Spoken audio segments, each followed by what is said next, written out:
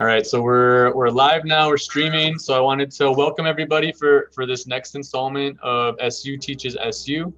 I wanted to welcome our two presenters for this presentation, Mr. Taylor and Mr. Guzman. They're here to talk to us about their views on transitioning from active duty to the civilian world. They're both veterans. Mr. Taylor is a first sergeant, retired disabled combat vet. He served, and if I'm not a military man myself, so I mess up an acronym or something, I apologize. So feel free to correct me if I do say something wrong. He served from January 31st, 1980 to March 1st, 2006. And the schools, while he was in service, were PLC, BNOC, ANOC, First Sergeant's Course, the USASMA, and the USASEUR. As a civilian, he has 7 years as an L3 Communications as a manager. He managed Computer Science Corporations, and he was a General Dynamics Corporation senior manager as well. He's been here at Southwest University for 8 years as one of the business instructors, and I can tell you from personal experience, I love walking down the halls to hear his booming voice echoing. You can hear him talking throughout the whole building whenever he's giving one of those passionate lectures. So if you have one of his classes, that's a real treat. He's active in his church and enjoys reading Bible verses. He loves spending time with his beautiful wife, and he's an active member in the volunteer community for here in El Paso, Texas. So, Mr. Taylor, you want to just give a quick wave so that we know who Mr. Taylor is? And there's Mr. Taylor. And then Mr. Guzman, if you want to give a quick wave. Mr. Guzman served as a staff sergeant in the United States Air Force from 1999 to 2005. He was a Red Horse engineer and served in both Operations Enduring Freedom Afghanistan and Iraq. He left with an honorary discharge and 80% disabled vet in 2005. He's been here at SU since 2015. He started as a lab assistant for the MLT program, then with the MA program, and now he's an instructor in the MA program. He's also currently a student pursuing his bachelor's in radiology management. And I can say, at least again, from my personal experience, I'm very proud of Mr. Guzman because I had him as a student, I had him as a lab assistant, and to see how much he's grown here at the university, it's very inspiring to see what our students can become. For him, his hobbies, he loves collecting shoes. So every day he has a different pair of shoes on almost. He loves to go out shooting, and he's loves to do outdoor activities such as fishing. But I want to thank these two gentlemen for taking the time to present to us this SU Teaches SU talk on their views on transitioning from military to civilian life. And I'll let you two take it over. And again, thank you again. So, good afternoon, everyone. I'm hoping that we'll have a good time here, right? This, of course, Dr. Ramos set everything up, so we pretty much have very little to say to this point. But we are talking about transitioning from active duty to the civilian world. Anyway, so the speakers, of course, I'm a retired Army First Sergeant, E8. My name is Edward Elite Taylor Sr., and of course, this is Mr. Cesar Guzman.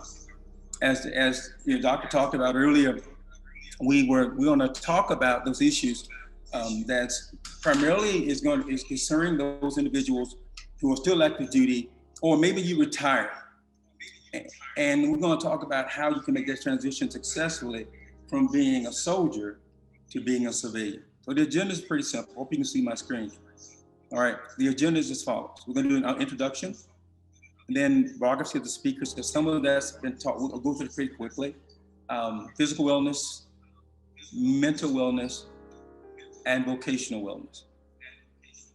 Now, then we'll have questions at the end of the presentation, and then we'll conclude. Well, we'll talk about the introduction. All right. First of all, good afternoon, everyone. Welcome to this SU Teaches SU session with myself and Mr. Guzman. We want to make sure that you understand this is informal. We are one of you. We want you to understand and appreciate that our primary purpose here is to ensure that we give you some advice you can use. And we're proud to present a brief overview of what we consider to be the primary step that will guide the active duty soldier or sailor or Marine or anyone that was in service to a smooth transition into the civilian life. This will be a very informal briefing, so please feel free to ask questions at any time during the briefing. However, there will be a Q&A session at the end of this briefing. The suggestions outlined in this briefing are meant to be nothing more than possible courses of action that might make your transition to civilian life a little easier. We'll approach the process by concentrating on 3 aspects of wellness. With all that said, let's get started on the road to civilian life. As they say in the Army, all right. So, first of all, a little bit about myself. I was born in 1958, 30 September, so I'm 62 years old. I'll be 63 in September. I was born in Mississippi. I've been married 37 years. I have 2 children and 4 grandchildren. You can see my military career. Doc already talked about that already. I'm a disabled combat vet, retired first sergeant. I was stationed at Fort Jackson, Fort Bliss, Fort Hood in Germany. I was what we call a green tabber, which means I volunteered for everything. I wanted to be in charge. So after 4 years as second chief, 4 years, 4 years as team leader and second chief, 4 years, and also 5 years as platoon sergeant, 5 years as a first sergeant. No one should go through that. I was the first sergeant HSB 44388, HSB 1788, Charlie 3288, HSB 64388, and Apple 6388. So I've had a lot of first sergeant time. I was Fort Bliss Housing Sergeant Major in 1998, Operating Sergeant Major, Fort Bliss, Texas, 4688, and also 1st Infantry Division in Germany. Now I'll let Mr. Guzman talk about his.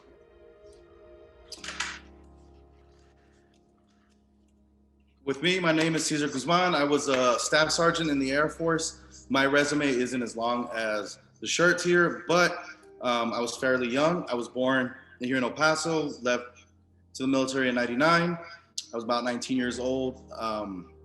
That's around when the war started kicking off a couple of years afterwards.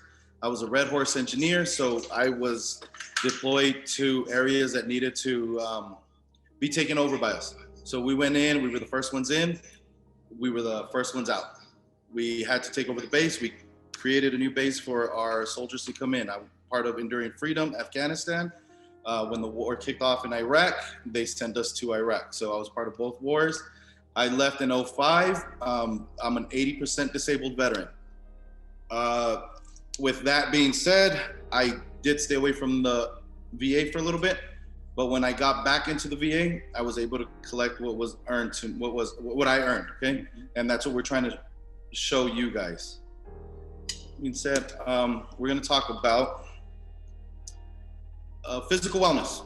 One of the key things we're talking about is physical wellness. In the military, it is required to stay in shape. We have mandatory PT. We had PT every day, 5 o'clock in the morning. You would hear us marching, singing songs, the cadence, Jodies.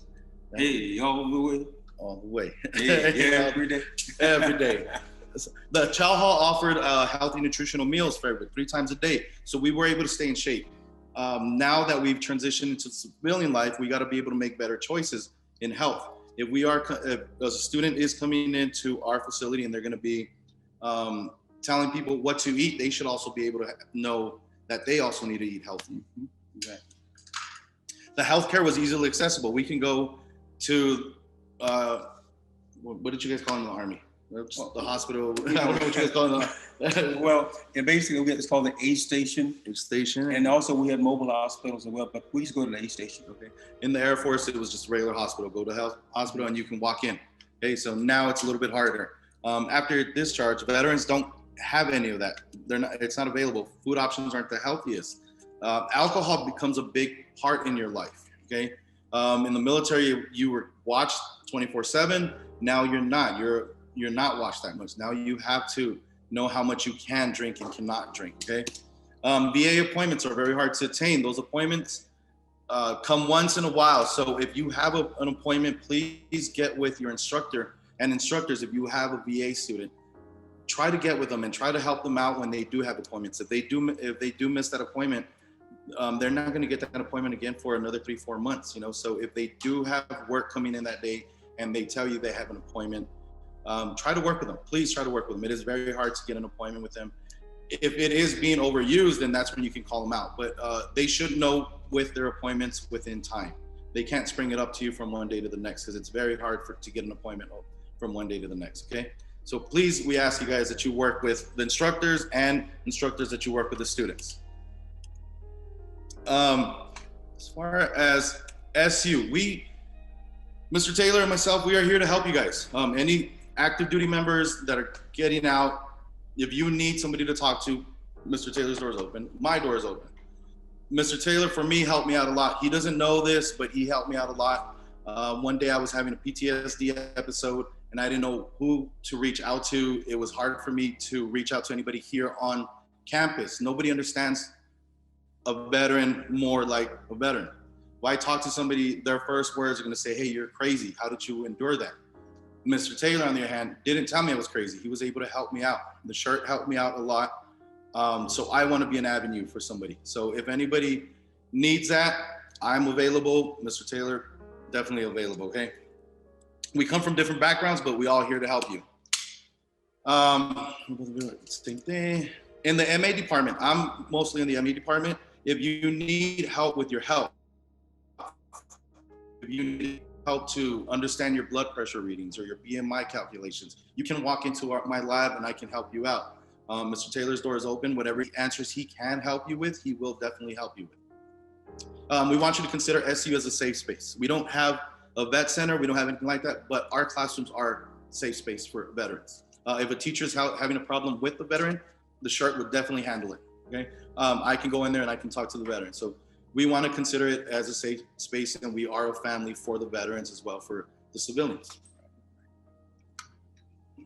Okay, all right, so this is mental wellness. Now, mental wellness, some people hear the word wellness.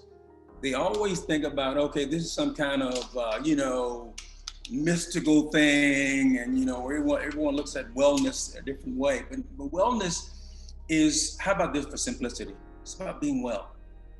Now, so mental wellness is one of the keys, issues that plague soldiers as they transition to civilian life. First of all, there are three things that hinder that transitional process. There's three things that cause you to go like, well, am I okay? Or should I talk about this? Let's talk about the first stuff. The first one is power dissolution. What does that mean? That means that your power is dissolved.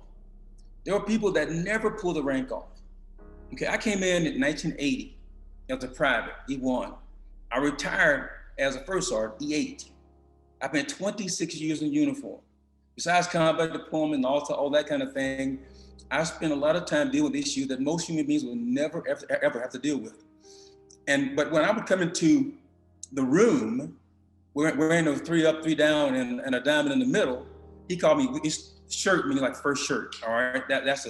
I think that's a senior master sergeant in the Air Force. And so, yeah, they would call, at ease!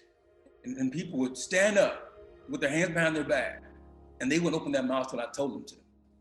I was in charge, And so when you have that kind of, and I was in the E8 for a long time. I was the first sergeant for 5 years. In the last 6 years, I was housing sergeant major. I worked at division level, E9 positions for the other, 5 years plus of that. I was in the E8 or E9 position for 11 years. That's a lot of power. That's a lot of responsibility. What happens when you retire? No one calls you top anymore. No one calls you by the rank you had anymore. Nobody calls that easy when you come in through the door. Matter of fact, it's totally opposite of that. You go to different places and they're like, who are you? What do you want? And you don't get that. So you have to get used to that.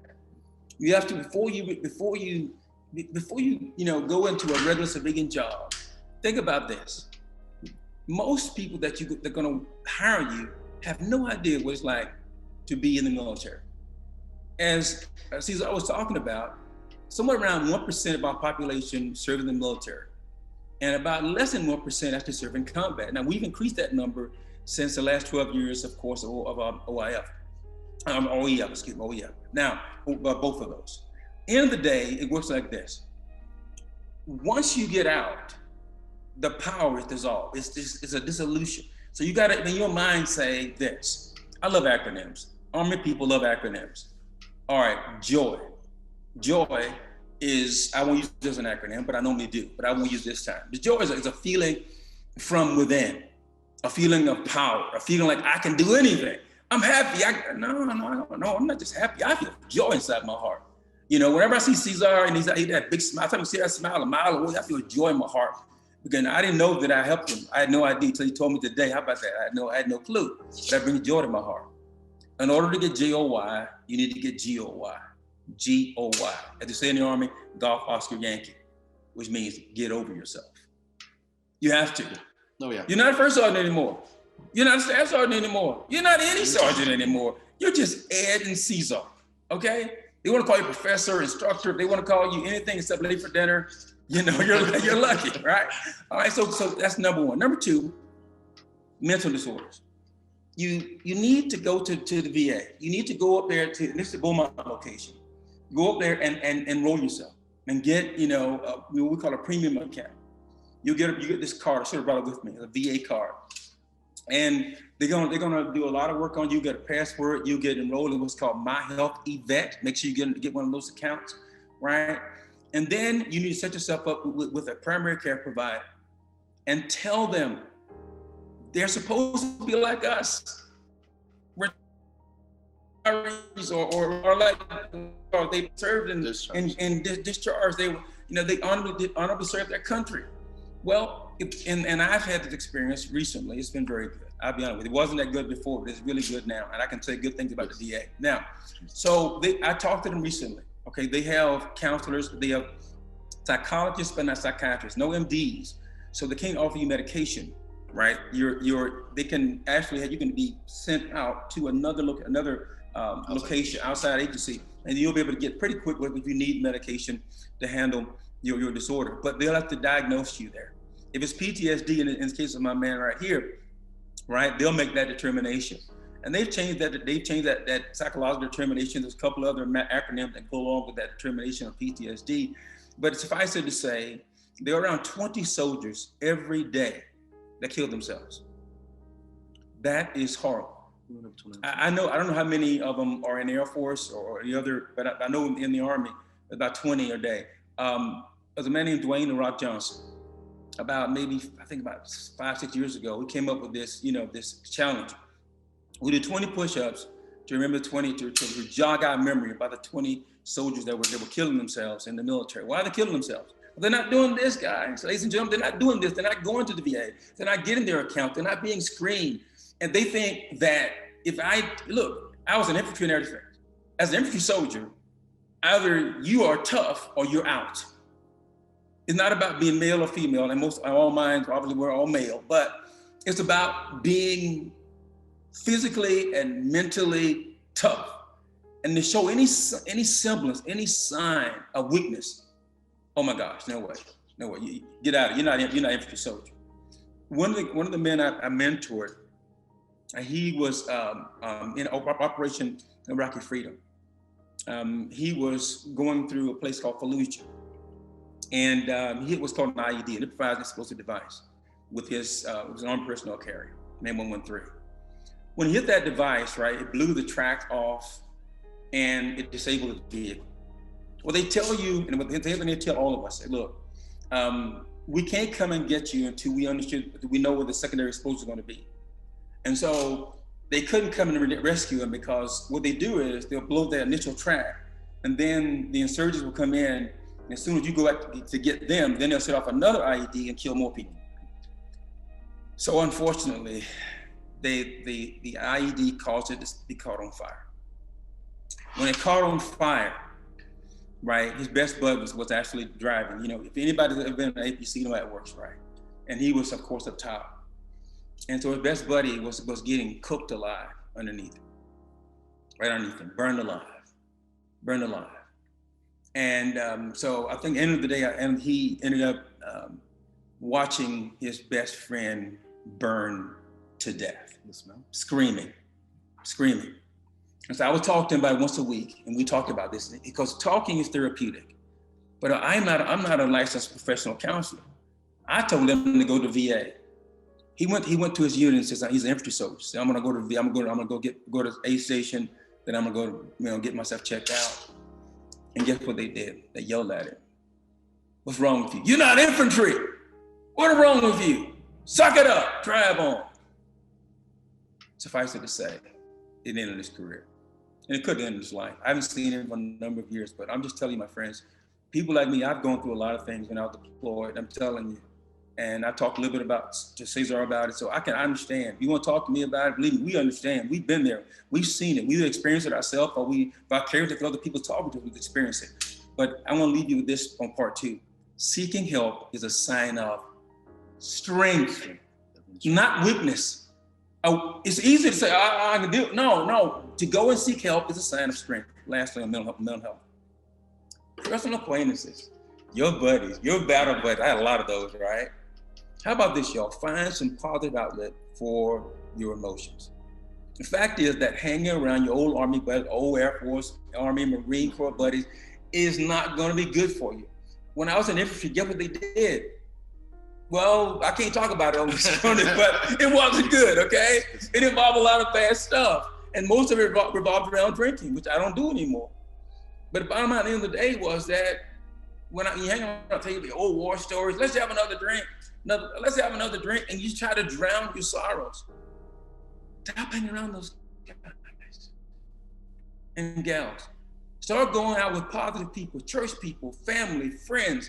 Somebody says something positive to you. Somebody's gonna give you some positive affirmation. Says, look, Cesar, you got it going on, man. You are MLT, you doing all this stuff, man. Keep on, man. You are really, somebody's gonna give you that positive affirmation, right? Remember, it's not therapeutic to constantly reminisce about your bad experiences. It's okay for him and I talk, every now and then come up with a coping mechanism so he can know how to deal with that. But we talk about this every single week. It's like refreshing the memory and over again. If there's no mechanism, in other words, I need you to pray or meditate or go to the VA and go to one of they have these meetings, right? Group meetings sessions, and talk to those people.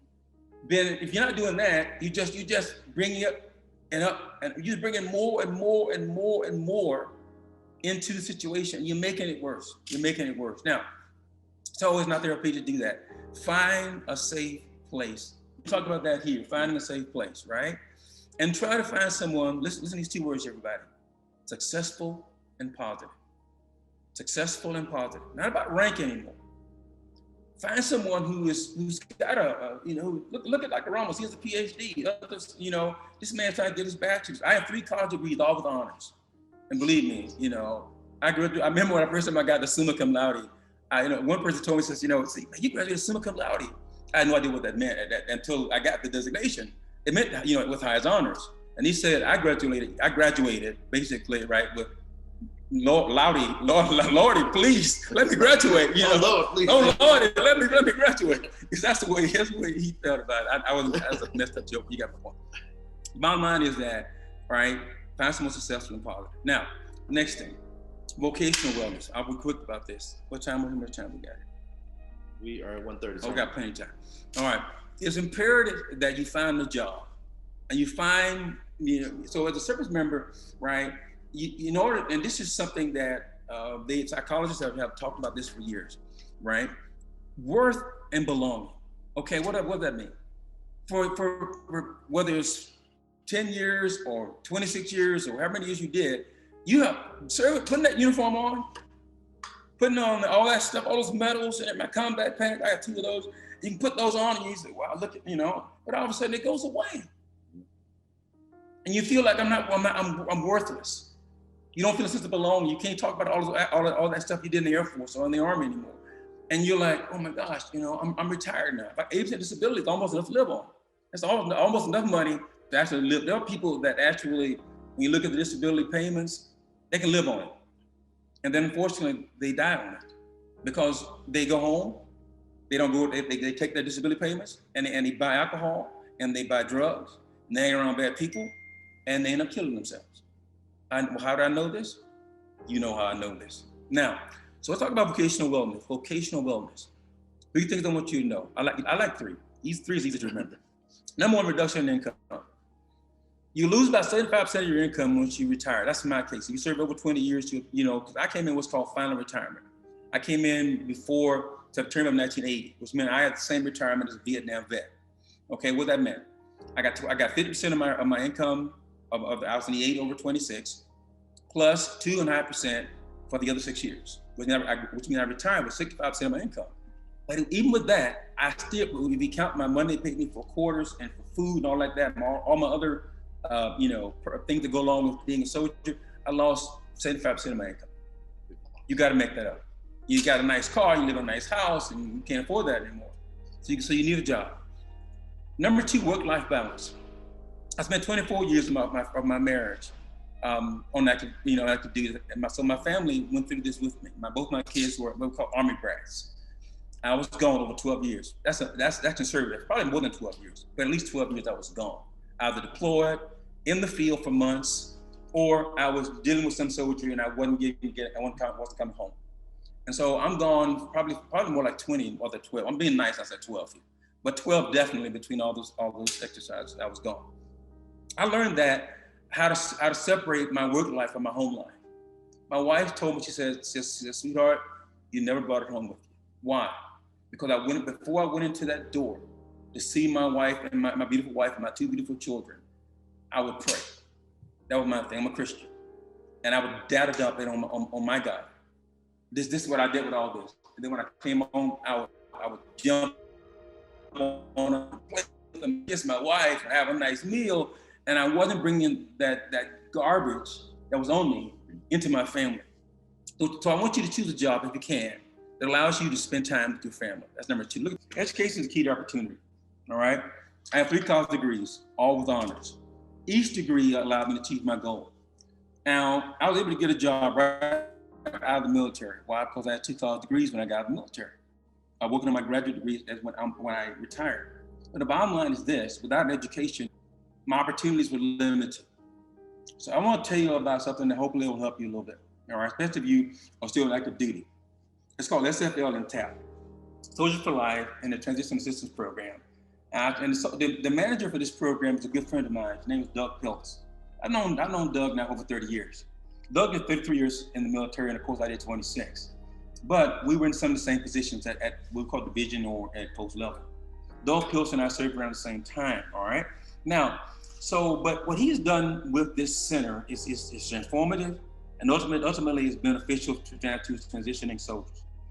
All right, so let's look at what Fort Bliss has to offer. All right, what does Fort Bliss have to offer? I hope you can see my screen here. All right, and he's showing me, thank you, but now I'm looking at his camera. That's good, because my camera is not on. And you'll see here that you see Doug right here, right now. So, and you see that it directly supports readiness by preserving the all-volunteer force, reducing the cost, right? And this unemployment cost, UCS cost, maintaining public trust and confidence. You might not be aware of this, but I primarily teach economic courses. So when I teach those courses, I try to make sure that my students, understand that you can take this information and use it right now. Right now, it'll benefit you right now. Now, one of the things we learn in economics, of course, is there are different levels of unemployment.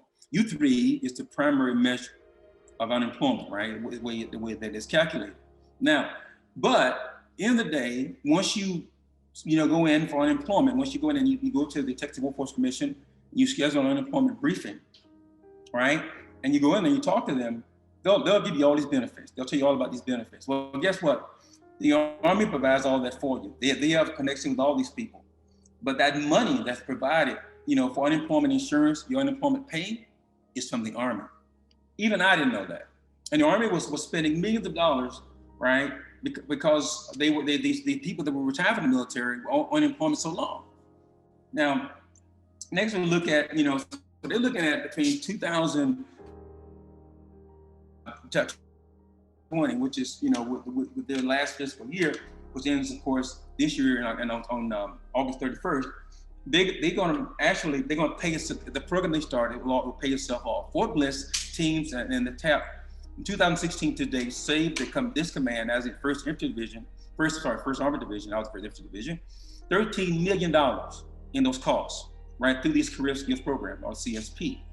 Now, so the TAP program offers a lot of things. The Fort Bliss TAP conducts a wide variety of classes to assist soldiers and their families as they transition from military service to civilian workforce. It's like the Fort Bliss TAP's goal is to prepare transitioning soldiers to reintegrate society via employment or through education and training. Again, what I talked about earlier. Where are they located? Located on Pershing Road and Building 503. What do they do? Career counseling, evaluation and training of soldiers, work experience, they connect with civilian life and employers, employment workshops, resume class. They can actually teach you how to do resumes, all that stuff. And it's all free. Connecting with soldiers with technical and training, technical colleges, higher education aspirations. Who they work with the Department of Veterans Affairs, Labor, Department of Homeland Security, the U.S. and El Paso Chamber of Commerce, the United States Organization Pathfinder, Texas Veterans Commission, and the Texas Workforce Border Complex. That's a lot of people they work with. One place. They conduct monthly Transition Services Council working groups chaired by the Division Command Sergeant Major. And all of the board and the commanders are there for that, because obviously he's a top person. They conduct a quarterly Transition Service Council meeting chaired by the Commanding General. They conduct, battalion, brigade, and company level briefings. They do quarterly briefings, of course, to all those leaders. They plan to execute national level events as the annual training exposition, and so on and so forth. OPD and NCOPD is all professional development, and Occupational Officer professional development. This is how we train our leaders, sergeants and above, to be leaders by these professional development seminars. They conduct a weekly career fair open to everyone from Tuesday to 9 to 12. So they open next Tuesday. You want to go there? Even if you enroll in the school, you don't have a job, go there. I have a flyer. I'm going to give it to Dr. Ramos after this briefing, and get the information you need on that actual job fair. Then you look at this. This is their 4-step process. Number 1, start strong. All right.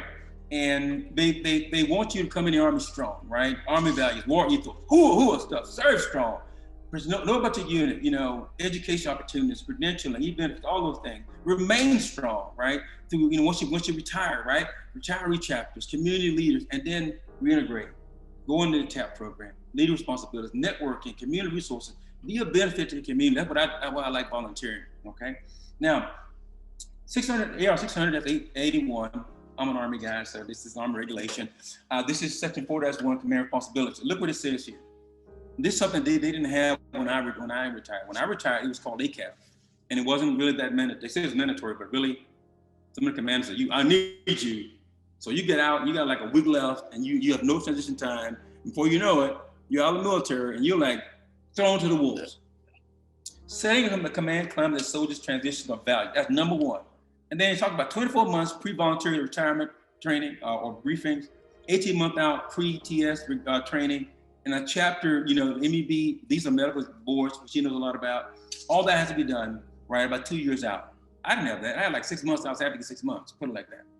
Here's the regulation. It covers everything, right? And if you get a chance, I can share these slides with you for those of you that want to know about these things, and I can put you in contact with Doug, and Doug can square you away. Here are some of the things that are mandatory. Look at this. Look at these. All these steps are mandatory. There's no, the chain of command has no issue. They cannot say you can't go to these briefings. This is a regulation, and they break the regulation, they're in trouble. So you have to attend these briefings. They'll actually do what's called a tier review, and they'll tell you what tier you belong to, and then they'll actually take you through different types of training. You see your pre-separation counseling, your VA benefits, you know all about those. I knew very little about that, just saying, right? And then of course, different 681, they go through that and explain to you what the regulation provides for you. Here's the timeline they're looking at. From the day, looking at 18 months out until you actually capstone and you're out. They do training here, Army Day, Employment Day, VA Day, Career Tracks Day, Reserve Component Day, Capstone Day, and you graduate. Boom. So they take care of you. So when you get out of the military, when you finally do retire from the military, you're set up for success. Now, I'm sure there are commanders out there that are probably not doing all these things, but they are wrong if they're not doing it, or they're breaking Army regulation. Here's the registration requirements right here, right? Here's your number to the front desk, 568-7996, area code 915. Here's you talk about the counseling, your tier assignment, and your capstone. This talks about, your synchronous class that they offer. They offer, class, synchronous meaning, of course, you're in your residential class, DOL, your tracks, employment, vocational, educational, asynchronous, which is online, right? Your transition, crosswalk, financial planning. That's a good one, financial planning, just saying. Employment track, vocational track issue. So you can pick the track you want to go into. You want to be a welder, go vocations. You want to go with education, you'll get your master's, like my man get his bachelor's, whatever. Then they'll help you with all that. All that was not for, when I talked to Doug and I talked for a while, and it was amazing. He said, man, we retired, we had none of this stuff. I'm so glad you're in charge, brother. I'm so glad you're in charge. All right, anyway, you see his number, 568-7165. Give him a call. His email address. Some of the training they do here, different companies that are actually, what time am I looking at right now? I'm good. Yeah, you're good. Okay. And then these are the different courses they'll teach you. Here's FedEx, Ryder, Premier. If you want a job, put it like this. If you want a job, they can get one for you. If you really want a job, they can get one for you. Here's Dell's information, some of the big people that work there as well. I'll leave you with this, right? Once you understand this, what is available to you, you can normally make a better, we've given you just some basic information. At this time, I want you to ask me questions. What questions do you have about what we've discussed? If any questions. At all, do you have any questions? So we do have some people currently watching live on the Zoom. So if you all have any questions, please feel free to unmute yourself and ask.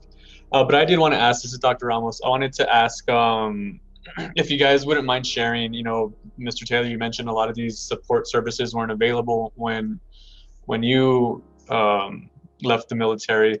But if you guys wouldn't mind sharing, maybe, you know, it helps other students feel comfortable, you know, maybe what were some of the things you felt the both of you guys struggled with the most, and how did you overcome those with some of these services that were offered? I know Cesar mentioned, you know, speaking with you, Mr. Taylor, but are you guys comfortable with sharing some of that stuff? Yeah, you want to go first? As far as getting into school, you have the Voc Rehab. I don't have the address for you right now, but it's on Commerce Way. Voc Rehab will be able to help you with your tuition. They'll be able to help you with any needs that you need for school, as far as computers, uniforms, whatever that school needs, Voc Rehab will be able to help you. If you contact me, I can get you to that positioning. It's usually after you've exhausted your post 9/11 GI Bill, you would go into the Voc Rehab, and we're able to contact people for you if you need anybody there. As far as the issues that I had, I retired at a pretty high rank, and I was an E9 slot for the last year that I retired from the military. I worked for a full bird colonel, and I had a lot of power. Matter of fact, there were like 8 E8s working for me at the time. And I was 47, I turned 48 the year I retired. Now, here's the deal. I got my house, which was the first big issue. I couldn't live in government quarters anymore. I need a place to stay. So I made sure I used so that was the issue for me. Number one, air trepidation was a place to stay. And so I used my VA certificate, which anybody that served, they got an honorable discharge, you are eligible. No matter what year you came into the military, you got an honorable discharge, you're eligible for this. I didn't pay any money down. And then I used the Texas Veteran. As a matter of fact, I told my students about this, and some of them say, they were like, how did you know all this stuff? I said, well, I've been around a couple of days. And I helped them out. Now they have their homes. So I got a place to stay. So number two was money. I talked about it earlier in the briefing.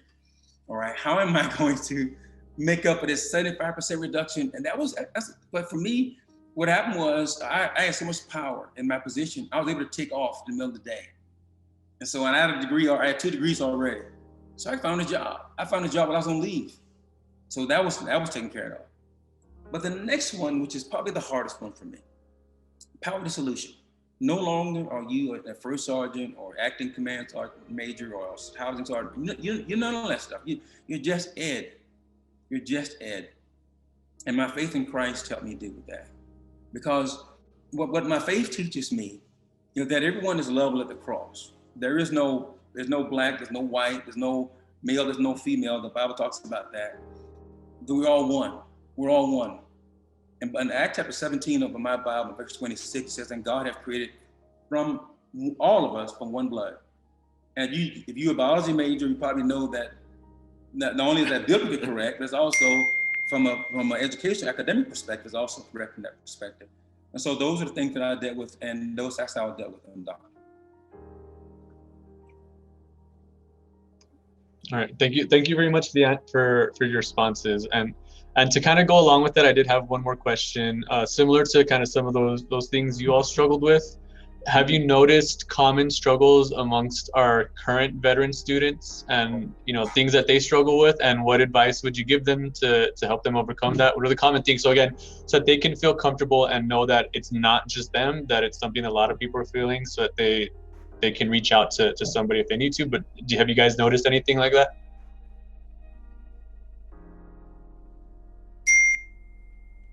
Go ahead. I'm going first. Yeah, go ahead. Yeah, Let's switch it up. All right. I've been here 8 years, and the bachelor's department used to be at the diesel shop, and so I taught some of those students as well, besides my bachelor students. And a lot of those students that were going for automotive degrees, the vocational track, right? Well, had issues with PTSD, issues with alcoholism, and other domestic issues that I won't talk about. But suffice it to say, right, they didn't feel they had anyone to talk to. So now you know us. You know us, warts and all, you know us.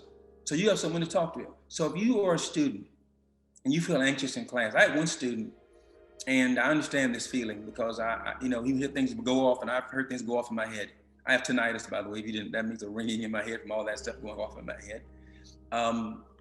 Look, so please, as a student, reach out and tell someone, I can't sit in front of the class. And so I always put him in the back. I'll put him in the back. I'll put her in the back. Please, and tell the students in the beginning, you can tell them this, we're among friends here. No loud noises, no, just, I'm loud, okay? As anyone that knows me, I am very loud. But they understand Army loud. They don't understand civilian loud, okay? And when students don't act in a disciplined way, they have a tendency to be a little bit, well, like, what's wrong with you? You can't talk. No, okay, just chill, take it easy. Remember, you're around civilians.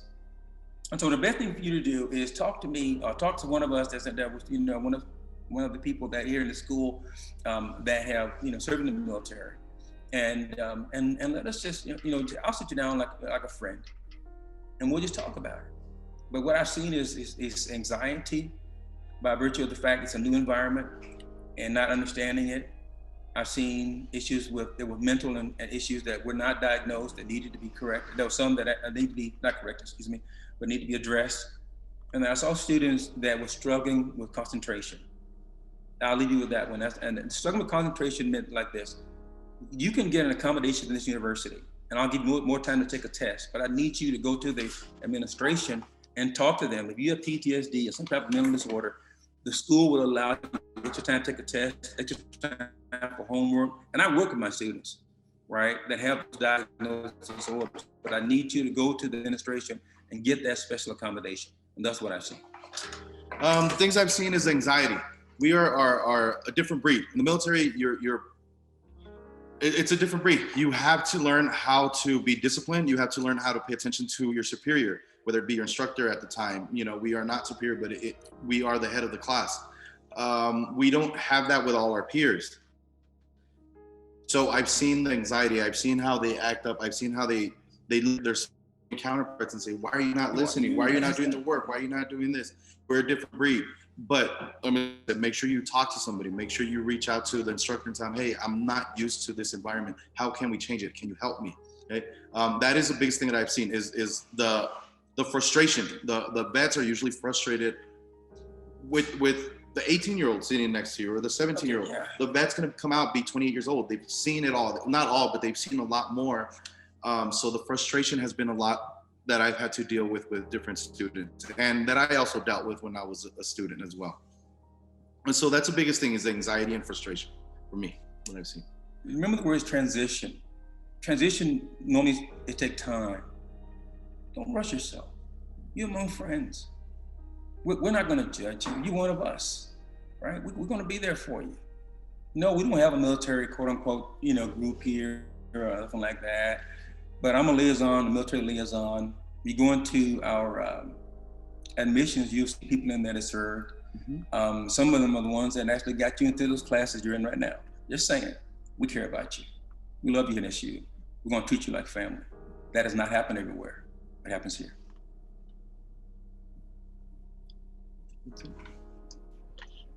again, thank you guys for the amazing responses. And I, again, Dr. Ramos speaking, I completely agree. We're here to help. So if there's any students, concerns, veterans, regular students, similar concerns, just reach out to somebody and ask for help, because, we love to help. So don't hesitate to reach out. You guys mentioned you guys are available for students in case they need somebody to reach out to. Would you please share your preferred method of contact, as well as kind of the areas you're commonly at around the university in case they want to try to find you?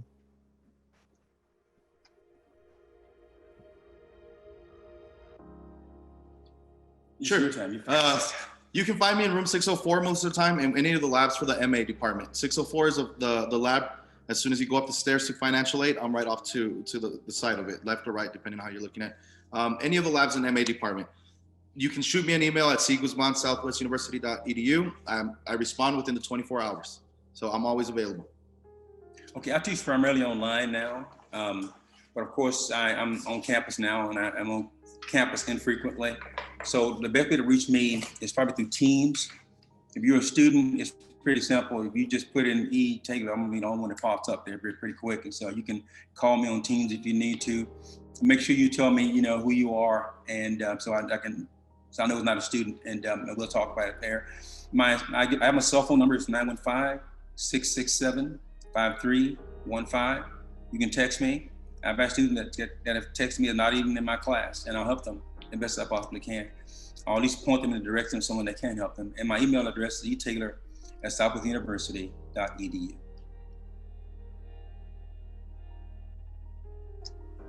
All right, thank you two so much. I think we'll wrap it up here.